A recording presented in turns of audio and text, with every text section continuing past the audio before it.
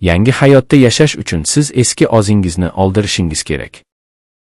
Qo'pol eshitilyaptimi? Lekin ilon ham eski terisini tashlamasa shunchaki oladi. Biz hammamiz Ferrari'da yurishni xohlaymiz, lekin Zaporojets motorini o'chirishni istamaymiz. Eski odatlar bilan yangi hayot qurmoqchi bo'lish bu mantiqsizlikning choqqisi.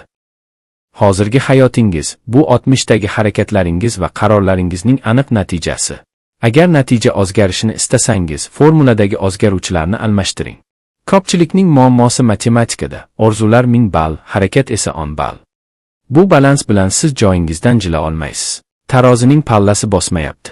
Eski siz dangasa edi, qo'rqoq edi va bahonachi edi.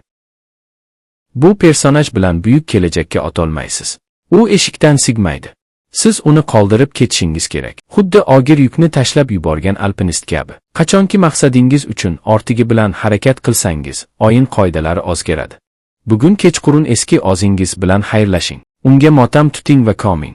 Ertaga uyg'onganda esa mutlaqo yangi inson sifatida ko'zingizni oching.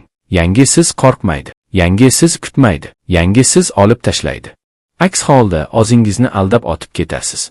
Armon esa eng yomon hamroh. Eski o'zingizni oldiring, toki yangi siz dunyoga kelsin. Mantiq bilan o'ylang. O'zgarish vaqti keldi.